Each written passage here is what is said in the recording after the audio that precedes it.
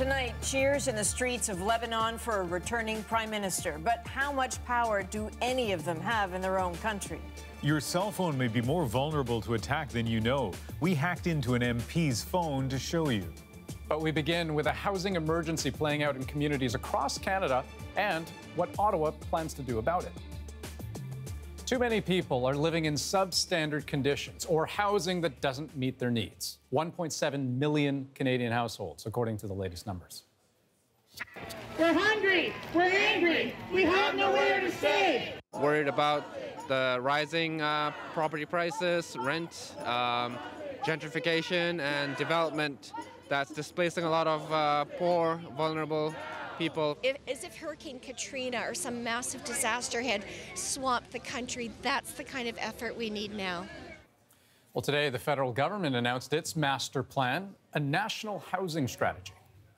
The needs and the conditions and the situations are different from Vancouver to Quebec City, from Montreal to Toronto, from Rimouski to small communities in northern Saskatchewan. So the goals over the next 10 years, to build 100,000 new affordable housing units and renovate 300,000 existing ones, to introduce a new benefit, giving people an average rent subsidy of $2,500 per year, to cut homelessness by 50%, and to bring in legislation that would make housing a fundamental right. What it doesn't include, any strategy for First Nations, Inuit or Métis. That won't come for at least another year.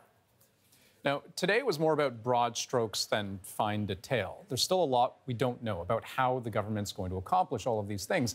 And reaction is all over the map. NDP leader Jagmeet Singh calls it timid. The Federation of Canadian Municipalities calls it a breakthrough. But let's hear from Canadians in one of the most unaffordable cities on the planet when it comes to housing. Briar Stewart has more from Vancouver. In the shadow of a skyline marked with million-dollar condos lies a much different way of life. Parked in this industrial area are vehicles that have become homes. Tiana Snyman has been living in this 40-year-old RV while he's been working toward his master's degree. I'm making a conscious choice to not pay rent and be able to afford going to school and finishing my education. And we found dozens of campers and vans within a few city blocks, but there's no reliable estimate on just how many people are living like this. For the first time this year, officials tried to track the number of people living in their vehicles as part of the homeless count. They found that in Metro Vancouver, there were 58, but outreach workers believe the number is likely much higher. Matthew Higdon works as a courier, delivering food to some of those luxury condos downtown.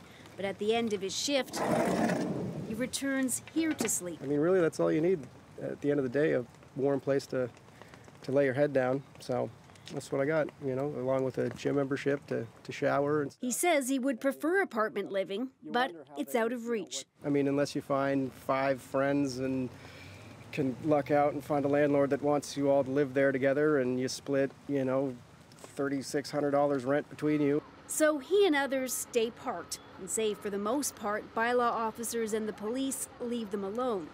As for Snyman, he says life in a vehicle, even in an RV, is taking its toll. we're not meant to live next to the rail tracks and between garbage thrown out on the street and that kind of thing. I don't think it's good for our psyche to live like that. Which is why once he's finished his master's this year, he's hoping to find a job in some more permanent housing. It's not great. So he can give up life in the RV along the curb. Briar Stewart, CBC News, Vancouver. And so, Ian, it bears repeating, this is a 10-year plan. I mean, there are aspects to all of this that don't roll out until after the next federal election. So it may be some time before a lot of people see the change that they're looking for. And as we know, real estate costs in your city, Vancouver, sky high. Well, moving on to another major story, something lurking in medicine cabinets across the country, opioids, and probably more than you might think. A new report says 21.5 million of those prescriptions were dispensed last year, up more than 1 million from 2012. Prescriptions for strong opioids like oxycodone, morphine, and the fentanyl patch increased nearly 10%. But on the positive side, daily doses dropped about 5%. That means doctors are prescribing fewer pills at a time and reviewing the prescriptions more regularly. Still, clearly a lot of opioids are being prescribed, and most often to seniors, causing some potent age-related risks. Christine Barak explains. When you look at that fentanyl patch, what goes through your mind? That I am crazy. Crazy because 70-year-old Richard Deschâtelet keeps it as a souvenir, reminding him of the intense anxiety it caused him. In this mood, I was knowing why people can suicide. It is horrible. Doctors said his experience was likely the result of a bad drug interaction. Deschâtelet has multiple herniated discs in his back. He's been prescribed every opioid in the book. 1 in 5 elderly prescribed an opioid. 1 in 8 chronically prescribed an opioid. Glancing through this latest report, these medical specialists note seniors have the highest rates of hospitalization from opioids. I mean, you're going to see falls increase and other concomitant toxicity increase. And are being prescribed the drugs at the highest rate. It's concerning. So seniors are a particular population who are vulnerable to adverse effects from opioids for a couple of reasons. One is that they're more likely to be prescribed other complicating medications or have other complicating conditions. Along with the addictive painkillers, Deschâtelet had been taking medications for his prostate and blood pressure. And like many seniors, he never asked for opioids. It does ask some troubling questions around how we let the health system be influenced by the pharmaceutical industry, where do physicians and other providers get their information, and what influences their prescribing. Worst pain I had in all my life. Mental anguish brought on by the drugs meant to relieve his physical suffering. Now fentanyl-free, Deschâtelet tries to ease his pain through meditation. Peace of mind he values with his life. Christine Barak, CBC News, Toronto. The researchers were also struck by the provincial numbers. Alberta reported the highest number of daily opioid doses prescribed per 1,000 residents, significantly more than the Canadian average. But here's the notable one, Quebec. Not much more than half the Canadian average, and researchers don't know what accounts for that discrepancy, but they say they definitely want to find out. Well, we have more domestic news ahead, but Adrian, you have the big international story of the day. Right, we're keeping an eye on Lebanon, Ian, because, as you know, the Prime Minister is back in the country after, almost 3 weeks out of Lebanon. And despite unofficially resigning while in Saudi Arabia, Saad Hariri is still in power, at least for now. Those are supporters crowding outside Hariri's house, thrilled with his announcement today that his resignation is on hold. This is just the latest twist in a political drama that began earlier this month, and it has implications far beyond Lebanon. أعلن استقالتي من رئاسة الحكومة اللبنانية. The announcement was a surprise, the conditions mysterious. There are suggestions Lebanese Prime Minister Saad Hariri was held hostage by the Saudis and his resignation forced to destabilize Lebanon's government. Allegations Riyadh denies, but here's where they're believable. Hariri is a Saudi citizen. Riyadh backs his political party, but his coalition government includes Hezbollah, a Shia Islamist movement supported by Iran, and that's the crux. Iran and Saudi Arabia are bitter rivals, and there's speculation Lebanon was just a political pawn in a Saudi power play. Arnala Ayed is in Beirut. She looks at Hariri's return and the decision to suspend his resignation. At 74 years since independence, the low-key milestone would still call for a military parade in the presence of Lebanon's vast array of VIPs. But it might have passed unnoticed had it not been for Saad Hariri. Along with some big unanswered questions about his absence, his first full day back also brought some clarity. For one, that despite the warm welcome, he had indeed come back to officially resign in person instead of from Saudi Arabia. It's a relief, not only relief, it's a step forward. It doesn't matter if he wants to resign or stay, but at least he's doing this in Lebanon. but having later gone to the president, as the Constitution requires, offering to resign. He held off on the request of the president, but only temporarily, Hariri says, to allow for dialogue.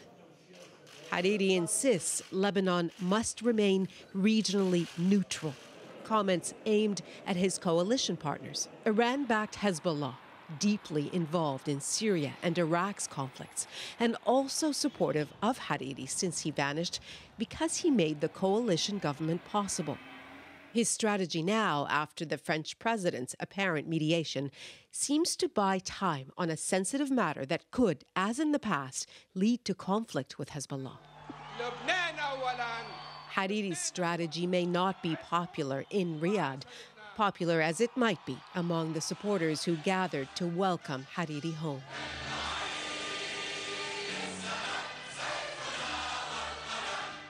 We are very, very happy to see him amongst us. He is what? He is the essence of our life here in Lebanon. We can't live without him. For a country often at the mercy of dangerous regional battles, Hariri's return on Independence Day holds huge symbolic value. But his long way home through France, Egypt, and Cyprus suggests Lebanon's dependence on outside powers endures. Nala joins us now from Beirut. Nala, if Hezbollah is so opposed to Hariri, then why isn't it satisfied with him just resigning and being out of the country? Well, because Saad Hariri is specifically the prime minister who, A, made it possible for Hezbollah to have its preference for a president actually be elected last year, and B, to actually build a coalition government that ended more than 2 years of political chaos. So they have what they want, and they want to protect it. And it's why you heard the other day the head of Hezbollah, Hassan Nasrallah, actually saying that not only does he demand Hariri coming back, but that he was open to having a dialogue with him. So I think we've all learned over the years that, you know, what happens in Lebanon tends to ripple. What's your read of the danger here regionally? Well, as you say, it's quite simple. What happens in Lebanon tends to mirror regional tensions. So if Hariri walks out, that is a signal that the two regional powers are seriously at odds. And a new confrontation on top of what already exists could be quite dangerous and costly. And we know already that an untold number of lives have been claimed in that rivalry. Adrian. Okay. Nala, thank you very much. You're welcome. As Nala explained, what's happening in Lebanon is actually less about Lebanon than the big powers of Iran and Saudi Arabia, and that Saudi sense that just maybe Iran is flexing too much power. Its influence is growing in Iraq and Syria at a time when Saudi Arabia sees little but trouble, a catastrophic war in Yemen, dropping oil revenues, and the Saudis can't stand the idea of being seen as weak. The new crown prince is trying some new moves. So what's he really up to? Mohammed bin Salman's strategy is quick and ruthless. Earlier this month, mere hours after the creation of an anti-corruption task force, he arrested some wealthy and powerful Saudis, including blood relatives. Their jail, the Riyadh Ritz-Carlton. Fitting, given the estimated $800 billion of net worth held captive inside. Generally, Saudi citizens don't have a problem cutting the elite down to size. They know it's corrupt at the top. And as a young, growing, hungry-to-work population, they want a piece of the prosperity. And that's where Mohammed bin Salman, or MBS as he's known, comes in. He is the millennial reformer, loosening the rules around concerts and movie theaters.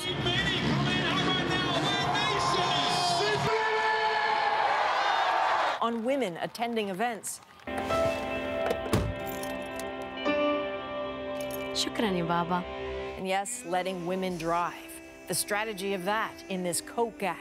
Change is good, it claims, playing right into what MBS wants.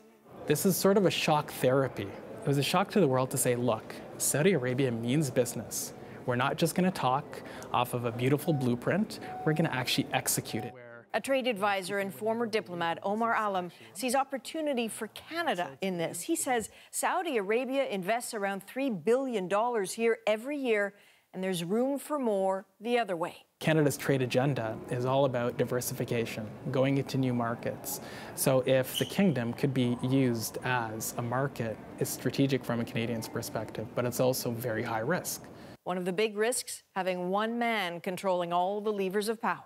This is a very inexperienced, dynamic, aggressive, bold, very young man of 32 years old. This autocratic power grab that he's engineering now with success so far inside Saudi Arabia is a dangerous signal, because it's really telling us that Saudi Arabia is now going to become a very centralized power state in which total power in all spheres of life is held in the hands of one person. And frankly, the whole strategy could backfire. He may want and get new investment, but the brutality of his purge, of that vicious war in Yemen, are stains that might be hard to erase. Well, it is the dawn of a new political era in Zimbabwe. And if the crowds outside of the ruling party's headquarters in Harare are any indication, the excitement and optimism are centered on one man, the country's next president. Today, we are witnessing the beginning of a new unfolding democracy.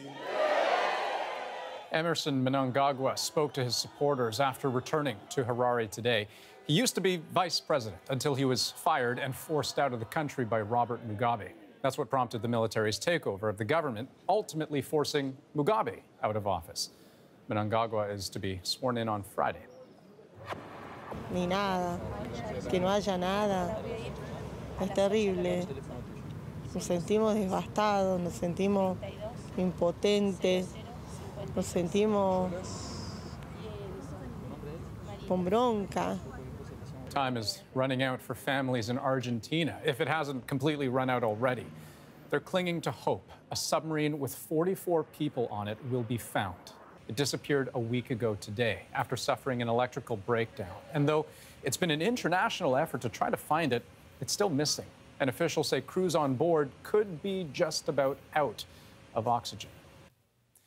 And a massive three-day search for a missing BC woman has ended in the best way possible. She's been found alive and well in a backcountry part of Coquitlam, along with the 3 dogs that were with her. Susanna De Silva has more on the rescue and the relief. They're going to find her today. Annette Poitras's husband never lost faith, and minutes after declaring his belief in her survival, the good news came. She is alive. She's talking to rescuers. Remarkable news after she spent almost 48 hours in torrential downpours in rough backcountry. Again, it's, what do you think? Your mind kind of explodes, and when you're in the situation, you know, a mind is a dangerous thing. It goes in all sorts of dark holes, and suddenly that just disappears, and you just, you know, there's light. And rescuers say Annette is fine. She seemed quite chipper and alert. She'd sort of, you know, advised what she'd done to keep warm, and so it's a miracle to me that she seems in pretty good shape.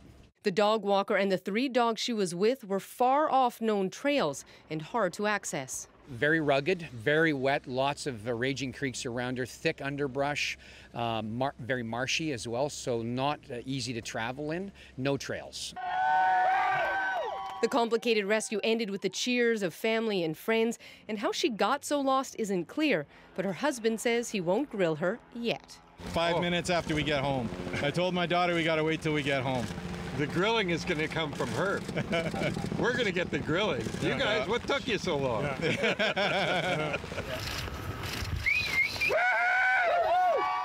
She was taken to hospital for observation.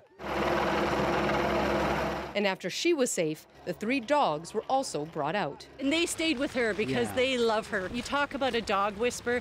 This woman this is her passion. The owners of the dogs say they will let her take them out again, but might find out more details about where she's going. Susanna De Silva, CBC News, Coquitlam. Always nice to hear a good news story. Okay, still ahead tonight on The National. The Canadian-born cooker with a pretty darn devoted following. Why the inventor thinks he can sell 500,000 Instant Pots this Friday. And we'll take you back to Puerto Rico in the second part of our special series, into a children's hospital that's turning the lights back on by going solar. And a CBC News investigation will show you how shockingly easy it is to hack into a cell phone. We did that to an MP's phone to prove it. That's creepy. It's not, that doesn't make you feel very comfortable.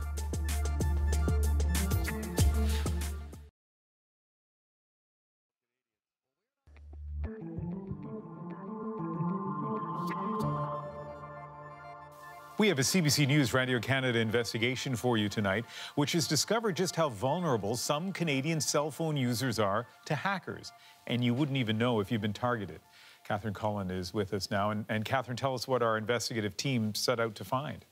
Well, Ian, we heard about a type of cell phone surveillance being used to hack into people's phones in other parts of the world. We wanted to know if it could happen here. So we asked NDP MP Matthew Dubé if he'd let us try to hack into his phone. He's the vice chair of the House of Commons National Security Committee. This is a person who is immersed in these kinds of issues all the time at work. Now, working with our colleagues at Radio-Canada, we got in touch with some cybersecurity experts, ethical hackers in Berlin.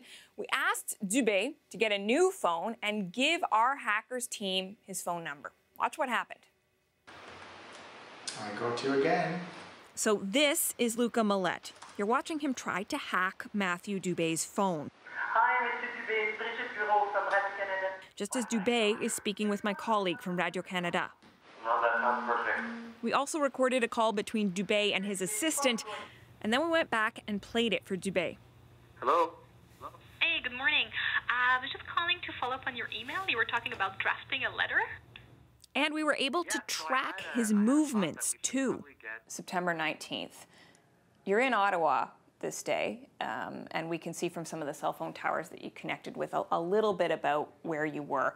Interestingly, it shows that you went to the Ottawa airport that day, but you didn't leave the city. Well, it's funny, and quite scary, actually. I was at the airport at fairly late or early, depending how you look at it, because of a delayed flight, picking up my partner who was on her way home from a business trip. All right, so I need to underscore this. I mean, he gave us permission, but still he is astonished at how, I guess, relatively easy it was for our ethical hacker to get in there. Technically, how did that happen? Yeah, let's walk through this. Vulnerability in the global cellular network. When I make a phone call or send a text, we all understand that my phone connects to another phone, but there is also a whole other hidden layer of communication that goes on between cell phone networks. It's known as Signaling System Number 7, or SS7. It's how they send messages about starting and ending calls or sharing billing information. The problem is that hackers can use SS7 too and send messages that allow them to do things like listen to your phone calls, read your text messages, even track your location. And this isn't just a theoretical problem. We know that there have been hacks. Yeah, that's right. Just last May, we heard about customers of a German bank who had untold amounts of money stolen from their accounts, and this was because of a hack that involved an SS7 attack. The U.S. Department of Homeland Security says people have known about weaknesses in SS7 for more than a decade, and that it's not just about spying on phones. Hackers can change or delete content too, like redirecting your voicemail or texts away from your phone, and you might never even know. And to get back to the starting point of the CBC Radio-Canada investigation, what does this mean for Canadians? Well, we asked our hackers to test the two largest cell phone networks in the country, Rogers and Bell, and just listen to what one of them says isn't being done. I would think the two Canadian networks we tested did about 10% of the security that they need to protect from these SS7 attacks. So 2 for 2, we tested two companies. They were both vulnerable to this, but they're not saying much. Well, they did both refuse to give us an interview, Ian. In a short statement, Bell said it does work with various groups to address emerging security risks, including SS7 attacks. Rogers also made that point and added, on SS7, we have already introduced and continue to implement the most advanced technologies, but we are unable to share specific details for security reasons. And so what about the federal government? Well, we asked the Public Safety Minister what the government is doing to protect Canadians, but his office referred us to CSIS. That's the Communication Security Establishment. It's Canada's electronic spy agency. The agency says it is actively working with the telecom industry and others to try to offer guidance and mitigate the risks associated with SS7. And speaking of guidance, and I know you're not going to provide much comfort here, but what can people do to try to reduce their vulnerability? Yeah, well, you can use encryption software on your phone, things like WhatsApp, Signal, or Skype, and that can help keep your conversations private. But the only way to stop your phone from being used to track you is to turn it off, and that's not really all that practical for most people. Sure isn't. Thanks, Catherine. You're welcome. It was an emotional day in Saskatoon as families of missing and murdered Indigenous women and girls shared their stories with commissioners of the National Inquiry. Among them was Myrna LaPlante. Her Aunt Emily vanished without a trace back in 2007. LaPlante says not only has the search for Emily taken an emotional toll, but a financial one as well. If we tallied up all the resources, the RCMP, including the RCMP, the resources that came in, the contributions to the community was great. You know, the gas, the traveling back and forth, people traveling back and forth, the food, anything we had to buy, would be well over $100,000 for that search. The cost is huge. There's no fund to turn to say, hey, you know, we need $15,000 or $1,000 this weekend because we're going to do a search. It's our family. It's impacted on people's credit. It's impacted on people even having their utilities having to be disconnected because the money has to go towards the search. We're not going to pay, we can't pay this bill right now. The hearings wrap up in Saskatchewan tomorrow before moving on to Quebec, Ontario, and Nunavut. Next on The National, back to Puerto Rico in the second part of Joanna Remiliotis' special series. 2 months after Hurricane Maria, how a U.S. tech company is taking a children's hospital out of darkness. I was amazed because I didn't believe that was something possible. And they just break ground, and in a matter of 8 days, it was already tested and working. Plus, a CBC exclusive. 2 men from Calgary say their lives were ripped apart after they agreed to help Canadian security agents investigate homegrown ISIS fighters. I'm in Canada. What do you want from me? You don't want me to work? You don't want me to travel? You don't want me to have a life? What do you want from me? Go deeper on the stories of the day earlier in the day. Subscribe to our newsletter at cbcnews.ca/The National. The National Today takes you inside our journalism every afternoon.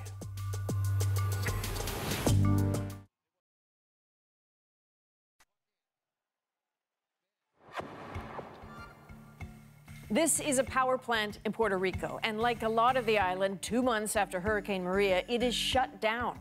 According to the latest figures, Puerto Rico's power plants are operating at about 50% capacity.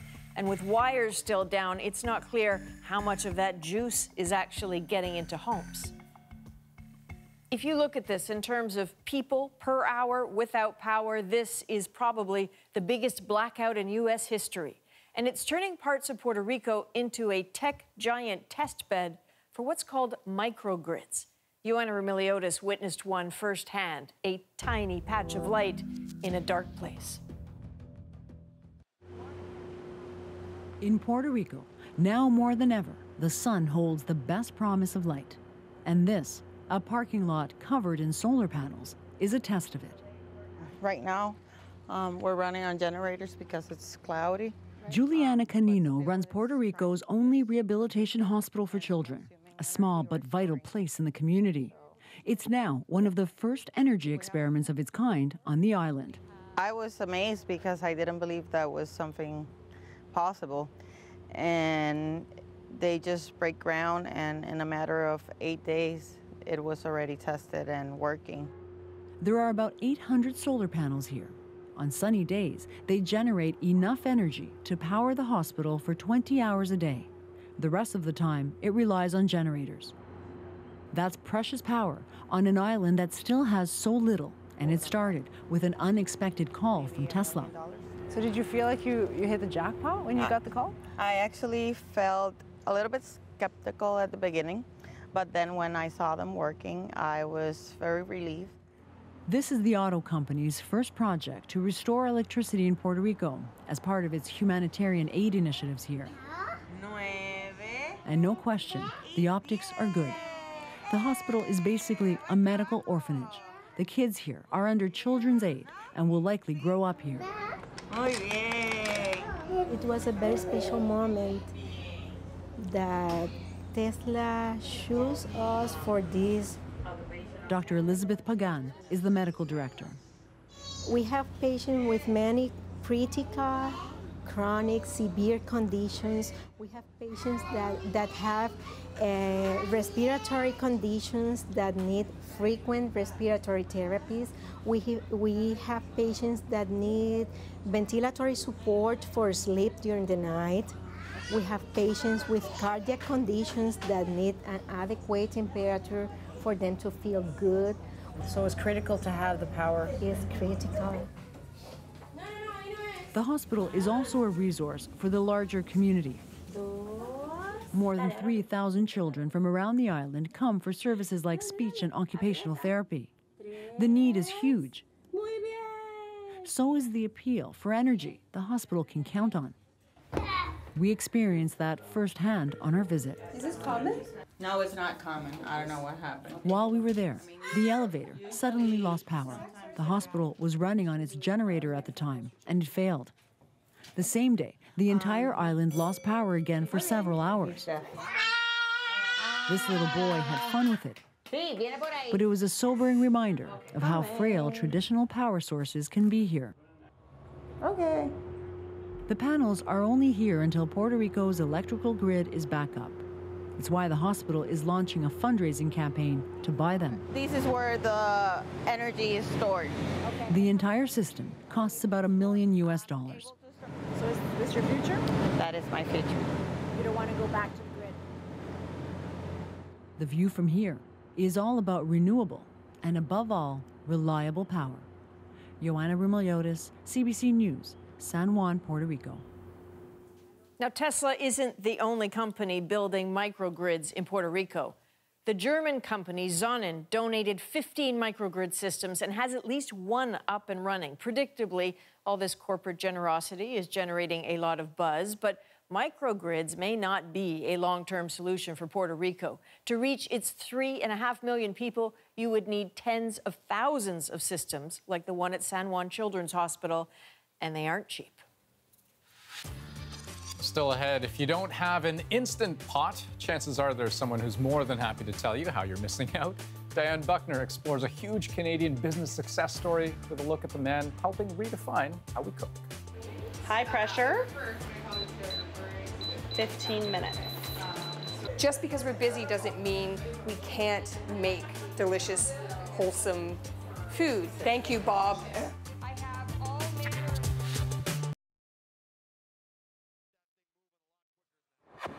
The more I deal with them, the more aggressive they get. As a matter of fact, at some point, not in this time, but later on down the road, I almost got beat up by a few police officers.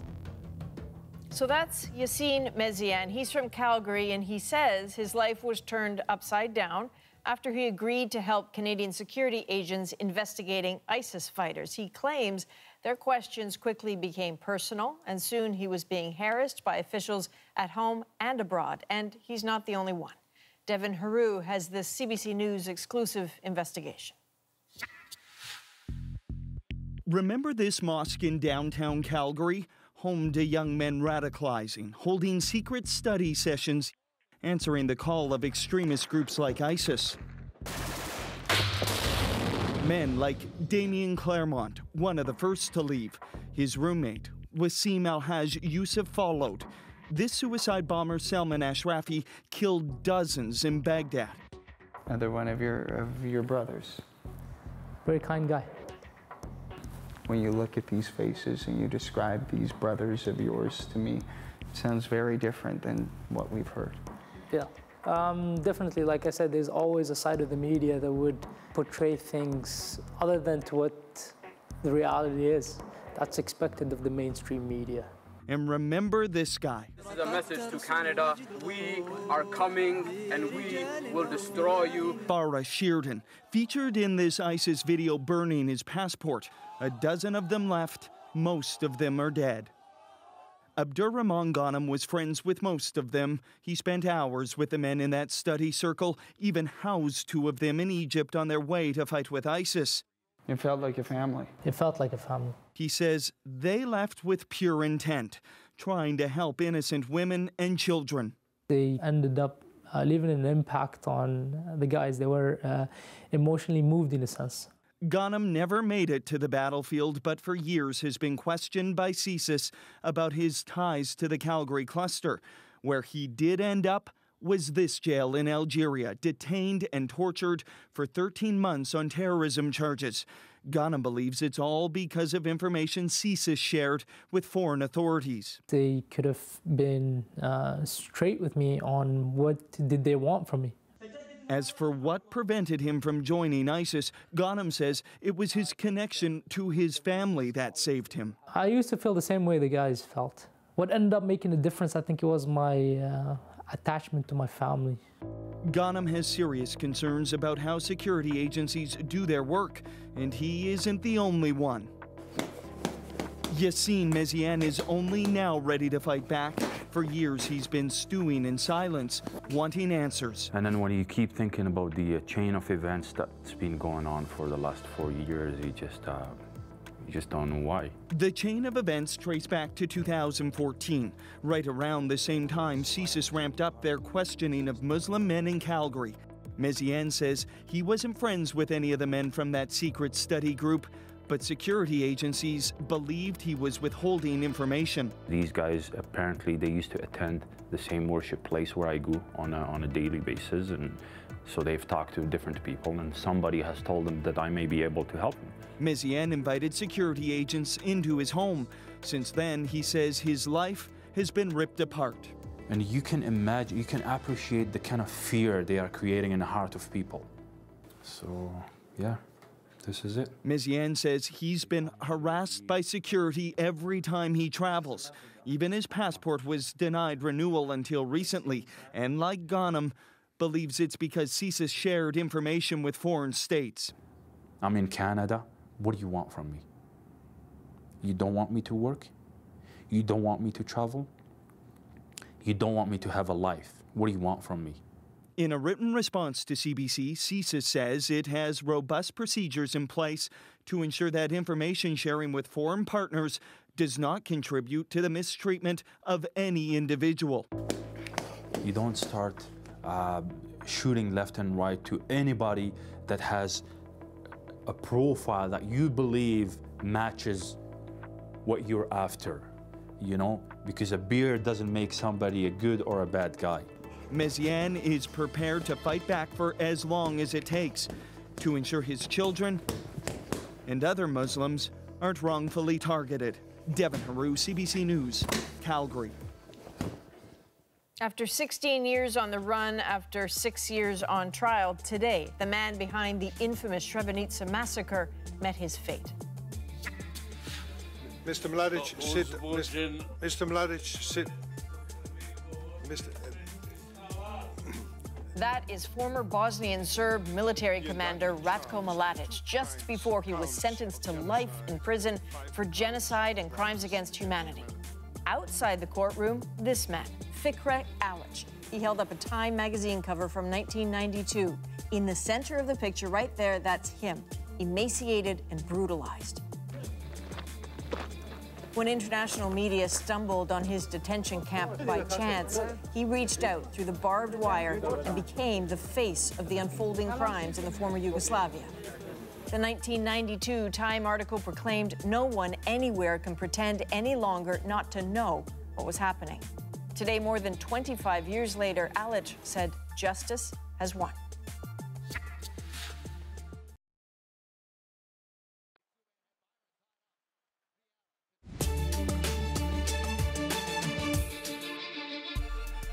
That motion is carried. Celebrations tonight after the Toronto District School Board voted to end a program that put armed police officers in public schools.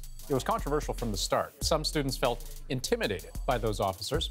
The program was first put in place almost 10 years ago after a 15-year-old student was shot and killed at a Toronto school. And I'm so horribly sorry that this was like a match that turned into a forest fire out of control. And I pray the rosary every day for forgiveness for I want them to heal. That's former USA Gymnastics team doctor Larry Nassar apologizing in court today after pleading guilty to multiple sex assault charges. He admitted to abusing 7 girls, but more than 100 other girls and women have reported assaults to police. Just yesterday, 3-time Olympic gold medalist Gabby Douglas said she, too, was abused by Nassar. Also tonight, we're watching to see what comes next in a very public feud between a father and the U.S. president. Let me show you what I mean. It all started with a group of basketball players from UCLA arrested in China for shoplifting. Donald Trump says he had a conversation with the Chinese president, and not long after, the players were set free. Now, Trump's made it painfully clear to the world through Twitter that was his doing. But one of the players' fathers, LeVar Ball, doesn't believe that and refused to say thank you during a CNN interview. If he said he helped, that's good for his mind. I mean, but why I even got to say that? If you help, you shouldn't have to say anything. If you help, you shouldn't have to name. If I help somebody, I don't walk around saying, you know, I helped you now. Come on now, you give me some love. I helped you. Now, that interview seems to have irritated the president to no end. Early this morning, he tweeted this. It wasn't the White House. It wasn't the State Department. It wasn't Father LeVar's so-called people on the ground in China that got his son out of a long-term prison sentence. It was me. The president also wrote, remember, LeVar, shoplifting is not a little thing. It's a really big deal, especially in China. Ungrateful fool. So you can make anything in the Instant Pot, right? I'm excited. I want to get one of these things. I want to figure out how to do it, how to use it. Because it's like a pressure cooker and a slow cooker in the same cooker. You know, it's weird. So even late-night funny men Jimmy Fallon and Steve Higgins are fascinated with the Instant Pot.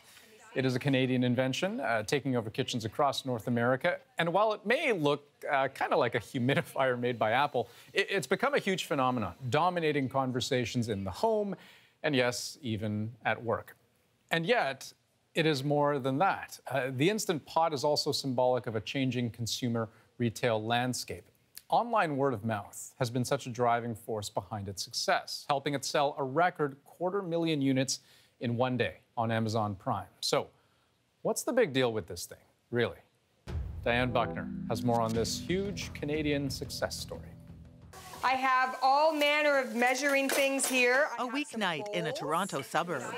Is that okay? Yep. Okay, perfect. And a group of friends have gathered to learn how to use a kitchen gadget that promises to make their lives easier. Like, a lot of the moms have been talking about Instant Pots. Some have them, some don't. And Carol's amazing, so we thought, why not have some drinks and make some dinner? But that the intense pressure. Carol Nelson-Brown is a chef and an Instant Pot superfan. She hires herself out for private cooking lessons. On the menu tonight, pulled pork, mac and cheese, plus an Asian soup. And this is cheaper, it's healthier, and it tastes amazing. Just because we're busy doesn't mean we can't make delicious, wholesome food. Thank you, Bob. The Bob she's thanking is Robert Wang, a former Nortel engineer and the inventor of the Instant Pot. So the idea came from personal needs. Myself and my partner both have a young family at the time, and we found it rather challenging fixing healthy dinners after work. What happens when a techie engineer sets his sights on a kitchen appliance? A Bluetooth-enabled smart cooker that makes food fast under pressure. It also does rice, makes yogurt, even cheesecake. But the promotional strategy was minimal. The idea is to design the product well. Let the product speak for itself. The grassroots buzz picked up almost immediately. This kitchen supply store in Ottawa was one of the first to sell the Instant Pot when it launched 7 years ago. This product is unique in the sense that they've put zero advertising towards getting it out into the public. And so really everything is created either through Facebook groups, there's Instant Pot parties, people are exchanging recipes on social media. So it really, it's developed its fan base just through word of mouth, which is incredible. What is this Instant Pot? So far, though, Americans have been the biggest buyers. Wang credits the strong consumer culture in the U.S. and a growing awareness about health. But now the Instant Pot is catching on here at home. On a recent store visit with CBC for this report, homegrown hero Wang is recognized. Yeah, what did we want to ask Bob Michael? His newest convert wants to check a few details. We used it all weekend, and he's just loving it. But it's online shoppers that need Wang's attention most right now. Amazon's Black Friday deal is expected to drive a huge surge in sales. A massive shipment from this factory in China was ordered months ago. The sales is happening in one day, right? And the product has to be in the warehouse. Amazon has the promise of delivering within 48 hours.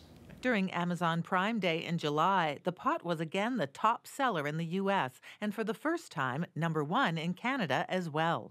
This coming Friday, Wang believes he can break his record of 250,000 units sold in one day. It will be more than doubling, hopefully. Doubling? Yes. Like 500,000? No. Really? I should think so. How could that be?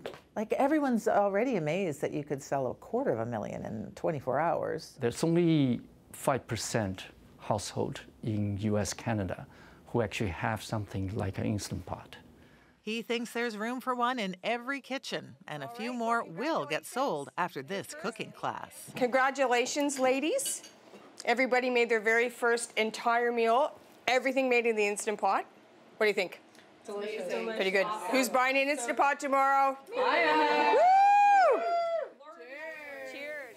Okay, so full disclosure, I don't have one of these things, but just for fun, we did decide to crunch some numbers. And if they manage to sell for $130 each, 500,000 units, that's $65 million in a pretty short window. Wow. Well, I mean, I need to check, but it's entirely possible that's where our Rosie is right now, looking for one. And if she sends it to me, it'll go in a room in my house back in Vancouver where there's a broken magic bullet and an unused George Foreman grill. Right. Join the collection. That's the National for November 2nd, 22nd. Thanks a lot. Good night.